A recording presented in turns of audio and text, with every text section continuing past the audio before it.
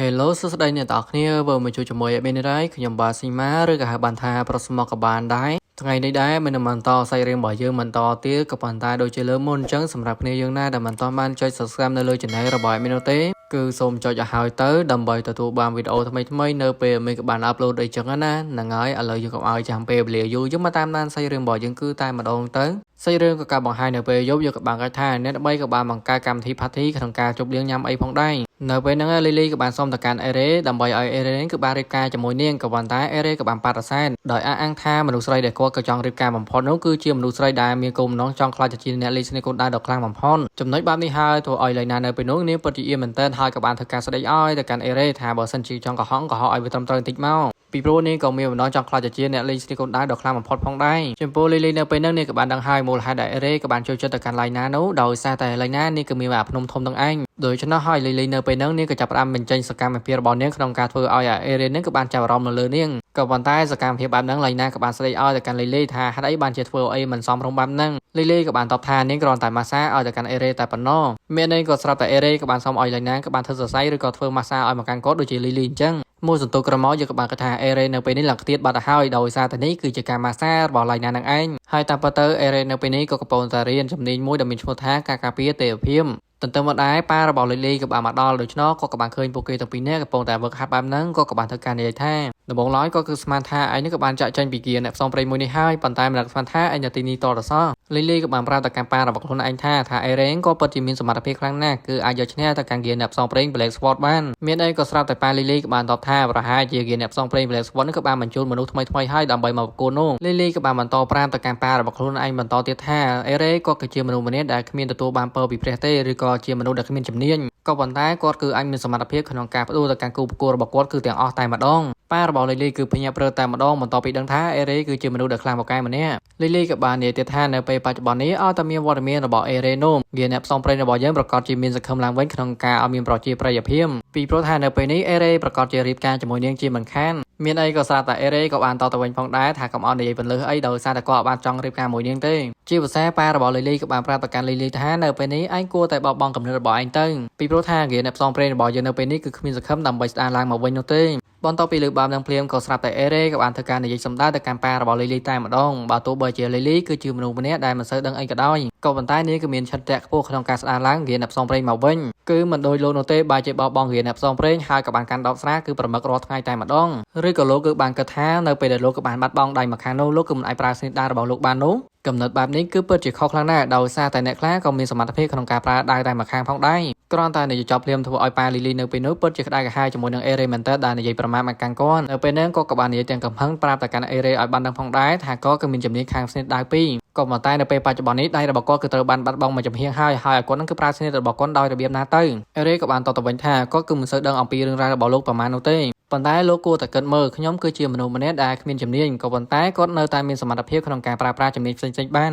នោះដោយសារតែគាត់គឺមិនជឿជាក់ឬក៏ពឹងផ្អែកទៅកាន់ព្រំលិខិតរបស់គាត់បន្ទាប់ពីអេរ៉េក៏បាននិយាយបែបហ្នឹងហើយស្រាប់តែប៉ារបស់លីលីក៏បានដោះលែងទៅកាន់អេរ៉េទៅដោយសារតែគាត់គឺរៀងយល់អំពីអត្ថន័យរបស់អេរ៉េដែលចង់និយាយប្រាប់មកកាន់គាត់បន្ទាប់ពីការចាក់ចែងប៉ារបស់លីលីហើយនោះលីលីក៏បានធ្វើការអរគុណទៅកាន់អេរ៉េដោយសារតែពាក្យពេចន៍របស់អេរ៉េអ្វីៗនេះដូចជាការលើកទឹកចិត្តអញ្ចឹងពីព្រោះនាងគឺសង្ឃឹមថានៅថ្ងៃណាមួយប៉ារបស់នាងគឺចូលប្រឡូកជាមួយនឹងស្នេហ៍កូនដៅវិញសូម្បីតែឡៃណាអេរ៉េអ្នកទាំងពីរក៏មានបំណងថាចង់ឲ្យប៉ារបស់លីលីក៏បានបង្ហាញអំពីស្នេហ៍ប្រយុទ្ធរបស់គាត់ផងដែរពីព្រោះអេរ៉េក៏ពិតជាចង់រៀនអំពីស្នេហ៍ប្រយុទ្ធរបស់ប៉ាលីលីមែនទែនដល់ពេលទៅលីលីក៏បានប្រាប់ទៅកាន់អេរ៉េតែម្ដងបើសិនជាលោកគឺពូកែចង់រៀនស្នេហ៍ប្រយុទ្ធបែបហ្នឹងពួកគេគួរតែសាកល្បងចូលទៅក្នុងកុកងឹតតែម្ដងទៅអេរ៉េក៏អត់ដែលដឹងទេតាក់ទងអំពីកុកងឹតអញ្ចឹងហើយក៏បានសួរថាកុកងឹតគឺជាអ្វីដែលហេតុនេះហើយឡៃណាក៏បានធ្វើការប្រាប់ពីកុកងឹតឲ្យទៅកាន់អេរ៉េដឹងតែម្ដងនៅទីក្រុងដែរគឺមានកុកងឹតដ៏ធំមួយស្ថិតនៅក្រោមទីក្រុងដែរហើយនៅក្នុងកុកងឹតមួយហ្នឹងពោពេញដោយអន្ទាក់និងសត្វបិសាចជាច្រើនដែលពួកគេត្រូវតែប្រឈមមុខជាមួយគ្រាន់តែលឿនចាំងភ្លាមអេរ៉េនៅពេលហ្នឹងក៏ពិតជាចង់ទៅមែនតើរីឯឡៃណាក៏ដូចគ្នាដោយសារតែនាងក៏ចង់អភិវឌ្ឍស្នេហ៍កូនដៅរបស់នាងឲ្យកាន់តែខ្លាំងដើម្បីចូលរួមការប្រកួតស្នេហ៍កូនដៅនៅទីក្រុងមួយនេះហើយការប្រកួតស្នេហ៍កូនដៅគឺដើម្បីកំណត់ថាអ្នកណាគឺជាជើងខ្លាំងបំផុតកម្ពុជាស្នេហ៍កូនដៅអីចឹងទៅបន្ទាប់ពីការបញ្យល់ត្រូវបានបញ្ចប់នោះភ្លាមៗក៏ស្រាប់តែលីលីក៏បានប្រកួតសបុតមួយឲ្យទៅកាន់អេរ៉េសញ្ញេដែលអះអាងថានេះគឺជាក្រដាសដើម្បីចុះឈ្មោះក្នុងការប្រកួតស្នេហ៍កូនដៅមានអីក៏ស្រាប់តែអេរ៉េក៏បានយកមកហែកចោលតែម្ដងដោយសារតែនេះគឺគ្រាន់តែខ្លាំងៗតែប៉ុណ្ណោះហើយតាមពិតទៅក្រដាសមួយនោះគឺតាក់ទងអំពីការរៀបការនឹងឯង ជាលទ្ធផលរបស់លីលីបាប់នឹងហើយអេរ៉េនៅពេលនោះក៏ចាប់បានធ្វើទរណកម្មទៅកាន់លីលីតែម្ដងសាច់រឿងក៏ការបង្ហាញនៅព្រឹកបន្តក៏ណាពេលដែលអេរ៉េក៏កំពុងតែកេងលួននៅលើក្រែរបស់គាត់ភ្លាមៗក៏ស្រាប់តែលីលីក៏បានបង្ហាញខ្លួនដែលគុំនងរបស់នាងនៅពេលនេះដូចជាចង់ថាបទៅកាន់អេរ៉េអញ្ចឹងក៏ប៉ុន្តែត្រូវបានអេរ៉េក៏បានចាប់មុខរបស់នាងជាប់ហើយលីលីនៅពេលហ្នឹងក៏បានធ្វើការស្ដីឲ្យទៅកាន់អេរ៉េថាហេតុអីបានជាធ្វើបាបមកកាន់មនុស្សស្រីបែបហ្នឹងអេរ៉េក៏បានតបថាដោយសារតែនាងគឺមានគោលបំណងថាធ្វើអ្វីមិនសមរម្យនៅពេលហ្នឹងលីលីពិតជានៅជាច្រើនមែនទែនដល់ពេលទៅអេរ៉េក៏ពិតជាធុញទ្រាន់ខ្លាំងណាស់ហើយក៏បានចាប់ចងទៅកាន់លីលីជាប់នឹងក្រែរបស់គាត់តែម្ដងបន្តមកទៀតអេរ៉េក៏បានធ្វើដំណើរដើម្បីទៅជួយជាមួយនឹងឡៃណាក៏ប៉ុន្តែនៅពេលគាត់ក៏បានបើកទ្វារចូលបន្ទររបស់ឡៃណាហ្នឹងគឺពិតជាភ្ញាក់ផ្អើលមែនទែនបន្តទៅឃើញឡៃណានេះក៏ពោលតែគេងលក់ហើយហ្នឹងនៅពេលហ្នឹងឡៃណាក៏បានយល់សពតាក់ទងអំពីប៉ារបស់ខ្លួនហើយក៏បាននិយាយពាក្យថាប៉ារហូត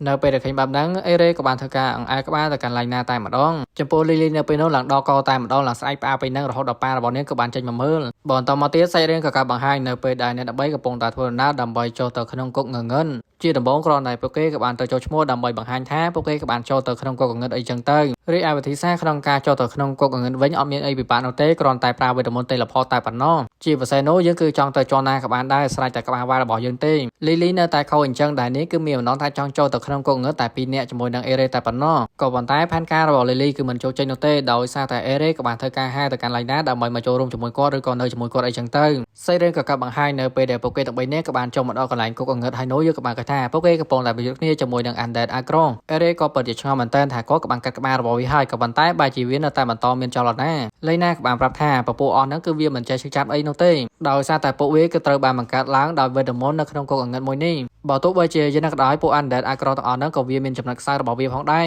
ដូច្នោះហើយអេរ៉េនៅពេលហ្នឹងក៏បានរកឃើញចំណុចខ្សោយរបស់វាដូច្នោះក៏បានវាប្រហាននៅកន្លែងជើងរបស់វាតែម្ដងជាលទ្ធផលត្រឹមតែមួយផ្លែតែប៉ុណ្ណោះពួកគេគឺអាចកម្ចាត់ទៅកាន់ពួក Undead Agro ទាំងអស់នេះបានហើយគណៈពេលហ្នឹងលីលីក៏បាននិយាយថាឥឡូវនេះនាងពិតជាហត់ខ្លាំងណាស់ក្នុងការប្រយុទ្ធមួយនេះមានអីក៏ស្រាប់តែអេរ៉េក៏បាននិយាយចំតែម្ដងថានាងក៏អត់បានជួយប្រយុទ្ធគេទេហេតុអីបានជាធ្វើដូចជាហត់ណាស់អញ្ចឹងដល់ពេលទៅលីលីក៏ចាប់ផ្ដើមដោះសារថាដោយសារតែសមត្ថភាពរបស់អ្នករកគ្នាគឺខ្លាំងពេកអញ្ចឹងទៅមិនចាំបាច់ឲ្យនាងលូកដៃនោះទេដូច្នោះហើយអេរ៉េក៏បានធ្វើការសួរទៅកាន់លីលីតែម្ដងថាកម្រិតថ្នាក់របស់នាងនៅកម្រិតណាបន្ទាប់ពីលើបែបនឹងភ្លាមលីលីក៏បានប្រាប់តែម្ដងថានាងនៅកម្រិតថ្នាក់ Founder ហើយបើសិនជានៅពេលនេះលោកគឺចង់រៀនអំពីជំនាញអ្វីនោះនាងគឺអាចបង្រៀនទៅកាន់លោកបានរីឯអេរ៉េនៅវិញក៏កំពុងតែគិតអំពីកម្រិតថ្នាក់ថាកម្រិតថ្នាក់ Founder នឹងដូចជាមានកម្រិតថ្នាក់មួយទៀតដែលនៅលើវាឡៃណានៅពេលដែលឃើញអេរ៉េក៏កំពុងតែឆ្ងល់តាក់ទងអំពីកម្រិតថ្នាក់បែបហ្នឹងនាងក៏បានប្រាប់តែម្ដងតាក់ទងអំពីកម្រិតថ្នាក់ដែលនៅលើ Founder កម្រិតមួយនោះគឺមានឈ្មោះថាកម្រិតព្រះហើយកម្រិតមួយនោះម៉ាក់របស់ឯងកំពុងតែស្ថិតនៅកម្រិតព្រះហ្នឹងឯងដល់ពេលទៅអេរ៉េក៏បានធ្វើការប្រាប់ទៅកាន់លីលីថានាងគឺគ្មានប្រយោជន៍សម្រាប់គាត់ទេធ្វើឲ្យលីលីនៅពេលហ្នឹងឡើងគាំងតែម្ដងហើយនាងក៏បានធ្វើការនិយាយតទៅវិញថា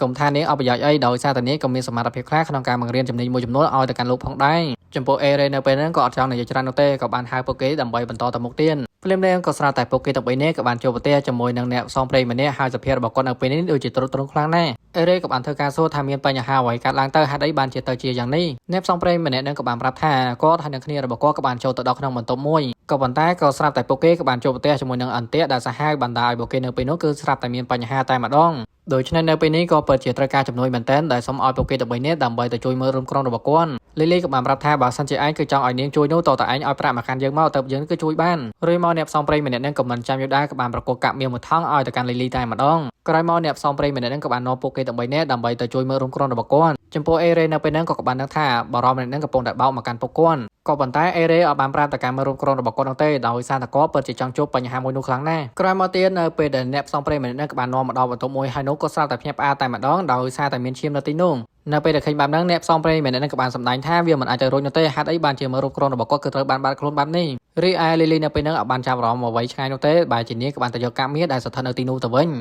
គ្រាន់តែប៉ះភ្លាមគឺមិនទាន់ដឹងអីផងហ្នឹងក៏ស្រាប់តែលេចឡើងជាមួយនឹងរង្វង់វេទមន្ត Teleport មួយនៅពេលហ្នឹងហើយអ្នកផ្សងព្រេងម្នាក់ហ្នឹងក៏បានលេបត្រដាងផងដែរថាពួកឯងហ្នឹងក៏បានចាញ់បោកយើងហើយក៏ប៉ុន្តែចង្រៃយកអីដោយសារតែរង្វង់វេទមន្ត Teleport ហ្នឹងវាធំហើយពេញមកបន្ទប់ហ្នឹងហើយអាប៉ែតហ្នឹងក៏នៅនឹងដែរអញ្ចឹងហើយធ្វើឲ្យវាពិតជាភ្ញាក់ផ្អើលមែនទែនត្រឹមតែមួយផ្លែតែប៉ុណ្ណោះពួកគេទាំងអស់គ្នាក៏បាន Teleport មកដល់ទីតាំងមួយដែលពួកគេគឺមិនបានស្គាល់នោះទេជាពិសេសទីតាំងដែលពួកគេកំពុងតែស្ថិតនៅហ្នឹងគឺអត់មានច្រកចេញទៀតឡៃណាក៏បាននិយាយថាប្រហែលជានេះមិនមែនជាជាន់ទី14ទេប្រហែលជា16ឬក៏18ហើយរីឯអាប៉ែតដែលជាអ្នកផ្សងព្រេងម្នាក់នោះក៏ចាប់តាមបន្ទោពីខ្លួនឯងតែម្ដងថាហេតុអីបានជាខ្លួនឯងគឺធ្វើប្រហែលបែបនេះលីលីនៅពេលដែលឃើញបែបហ្នឹងគឺចង់ឲ្យអាប៉ែតហ្នឹងបកស្រាយក៏ប៉ុន្តែអំឡុងពេលដែលនាងកំពុងតែដើរហ្នឹងគឺប៉ះអាកាមាដែលនាងក៏បានប៉ះអំបញ្ញនេះហើយអាកាមាមួយហ្នឹងក៏បានរត់ទៅដល់ទីតាំងមួយបណ្ដាឲ្យទ្វារមួយនោះគឺចាប់ផ្ដើមបើកតែម្ដងជាភាសាក៏បានលេចឡើងជាមួយនឹង Undead Agro ដែលមានកម្រិតដៃព្រះ គ្រាន់តែវាក៏បានចេញមកភ្លាមនឹងក៏មិនចាំមិនដែរក៏បានបាក់ការវាហាទៅកាន់ពួកគេបណ្ដាឲ្យពួកគេនៅពេលនោះពិតជាភ្ញាក់ផ្អើលមែនទែនអំពីសមត្ថភាពស្នេហារបស់វារួចមកវាក៏បានប្រើល្បឿនដ៏លឿនរបស់វាក្នុងការវាប្រហារទៅកាន់អេរ៉េបណ្ដាឲ្យអេរ៉េនៅពេលនោះពិតជាពិបាកទប់ទល់ជាមួយវាមែនទែនបើទោះបីជាការវារហាមួយនេះគឺខ្លាំងយ៉ាងណាក៏ដោយក៏ប៉ុន្តែអេរ៉េនៅពេលនេះអត់សូវអីប្រហែលទេដោយសារតែគាត់ក៏បានរៀនចេះអំពីជំនាញរបស់ Lina ហើយដែលចំណេញមួយនោះគឺមានឈ្មោះថាការការពារទេវភាពនឹងឯងអេរ៉េក៏បានវាបកវិញ Undead Across ក៏បានកិច្ចចេញភ្លាមតែម្ដង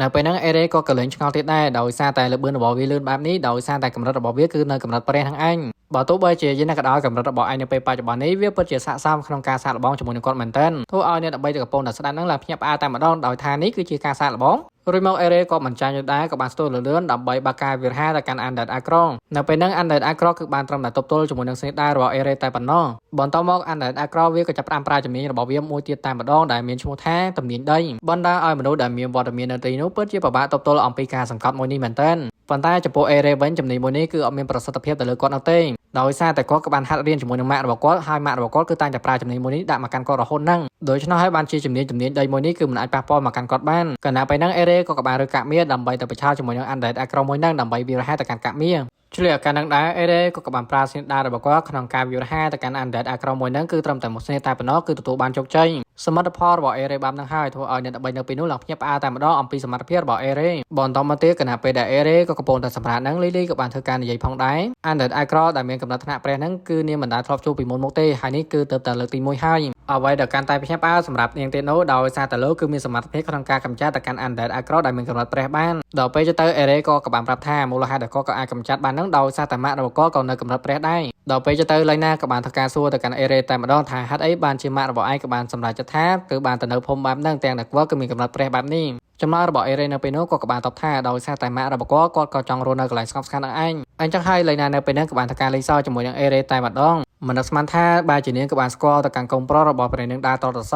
ក៏ប៉ុន្តែអាការជជែកគ្នារបស់ពួកគេនឹងមិនទាន់បានប្រមាណផងក៏ស្រាប់តែទ្វារនៅទីនោះគឺត្រូវបានបើកហើយតម្រូវឲ្យពួកគេក៏បានចាក់ចេញពីទីនេះសៃរឿងក៏កាប់បង្ហាញមកកន្លែងហាងស្រាមកកន្លែងអានេះវិញក៏បានគាត់ថាប៉ារបស់លីលីកំពុងតែអង្គុយផឹកស្រាហើយក៏បានពិចារណានឹងពាក្យសម្ដីរបស់អេរ៉េដែលបានប្រាប់មកកាន់កូនគណៈពេលហ្នឹងដែរក៏បានលើអំពីមនុស្សចំនួន3នាក់កំពុងតែធ្វើការនិយាយគ្នាតាក់ទងអំពីមនុស្សដែលបានចូលទៅក្នុងគុកងឹនថាពួកនោះប្រហែលជាចូលអន្ទាក់នៅអ្វីដែលពួកគេក៏បានដាក់ហើយជាភាសាប្រកបខ្លាំងណាស់អ្នកទាំងនោះប្រហែលជាមិនមានជីវិតដើម្បីត្រឡប់មកវិញនោះទេមើលទៅគេអ្នកផ្សងព្រេងត្រាកូនហ្វុងអាចនឹងបញ្ចប់នៅឆាប់នេះហើយក៏ប៉ុន្តែភ្លាមៗក៏ស្រាប់តែប៉ាលីលីក៏បានធ្វើការគម្រាមទៅកាន់ពួកគេទាំង3នាក់តែម្ដងថាពួកឯងគឺបានធ្វើអ្វីខ្លះទៅកាន់កូនស្រីរបស់យើងអ្នកដើម្បីនៅពេលហ្នឹងមានបានប្រាប់ឯណាដោយសារតែនៅពេលហ្នឹងពួកគេកំពុងតែមានភាពភ័យខ្លាចទៅកាន់ប៉ារបស់លីលីស្របពេលហ្នឹងដែរអាប៉ែកហ្គេតក៏បានមកហាញខ្លួនដែលជាមេដឹកនាំគេអ្នកផ្សងព្រេង Black Sword ក៏បានមកប្រាប់ទៅកាន់ប៉ារបស់លីលីថាសមាជិកគេអ្នកផ្សងព្រេងរបស់យើងក៏បានជួបប្រទះជាមួយនឹងកូនស្រីរបស់ឯងហើយនឹងមិត្តភក្តិកូនស្រីរបស់ឯងគឺស្លាប់នៅក្នុងគុកងឹតហើយគ្រាន់តែលឿនចាំភ្លាមធ្វើឲ្យប៉ាលីលីនៅពេលនោះពិតជាក្តៅក្រហាយមែនទែនដោយនិយាយថាឯងគឺបានយកដៃរបស់យើងគឺបានមកជាហៀងហើយហេតុអីបានជាឯងគឺមានអំណងថាយកកូនរបស់យើងទៀតចឹង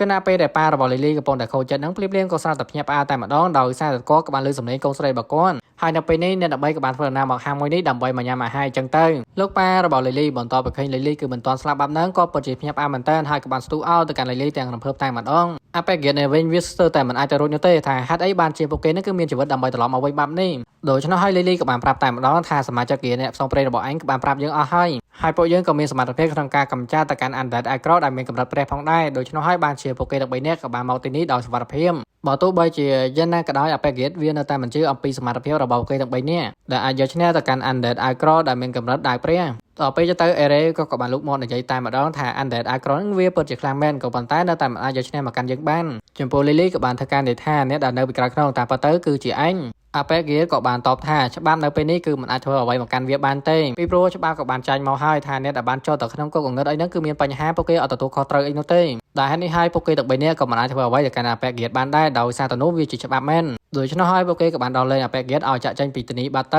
ៅបន្តមកទៀតនៅពេលដែលអាប៉ែកហ្គេតក៏បានត្រឡប់មកដល់កន្លែងវាវិញហើយនោះវាពិតជាក្តៅក្រហាយជាមួយនឹងក្រុមរបស់អេរ៉េមែនទែនពីព្រោះវាមិនចង់ឲ្យហ្គេតអ្នកផ្សងព្រេងត្រាកូនហ្វុងគឺល្បីល្បាញដូចជាពេលមុននោះឡើយគណៈពេលដែលអាប៉ែកហ្គេតកំពុងតែទុកសិចហ្នឹងភ្លាមនឹងដែរក៏ស្រាប់តែមានដាវមួយក៏បានធ្វើការនិយាយទៅកាន់វាទាំងអំណាចតែម្ដងបើសិនជាឯងកំពុងតែចងកំណុំជាមួយនឹងពួកគេបែបនេះយើងគឺអាចជួយសង្គ្រោះទៅកាន់ឯងបានហើយថែមទាំងអាចសម្រេចនៅអ្វីដែលឯងចង់បានផងដែរ អូខេអ្នកទាំងអស់គ្នាស្អីរបស់យើងភាគទី4គឺការចប់នៅត្រឹមឯងហើយបើចង់ដឹងថាភាគទៅមុខទៀតវាទៅជាយ៉ាងណាក៏ភ្លេចតាមដានជាមួយមីនដល់គ្នាណាហើយអេមីនពិតជាអរគុណទៅកាន់គ្នាយើងមែនតើដែលបាន support កាហ្វេមកកាន់អេមីនមានតែពីជូនពរទៅកាន់អ្នកគ្នាតែប៉ុណ្ណោះឲ្យសំណាងល្អនៅក្នុងឆាកជីវិតការធ្វើដំណើរទៅណាមកណាប្រកបដោយសុវត្ថិភាពជានិញមួយទីនោះបើសិនជាគ្នាយើងណាដែលមានបំណងថាចង់ support កាហ្វេមកកាន់អេមីននេះនោះអេមីននឹងដាក់ QR នៅទីនេះដើម្បីផ្ដល់ជាកម្លាំងចិត្តមកដល់អេមីនជាចុងក្រោយអេមីនមែនតែប៉ុណ្្នឹងទេបាយបាយជួបគ្នាភាពបន្តបាយបាយ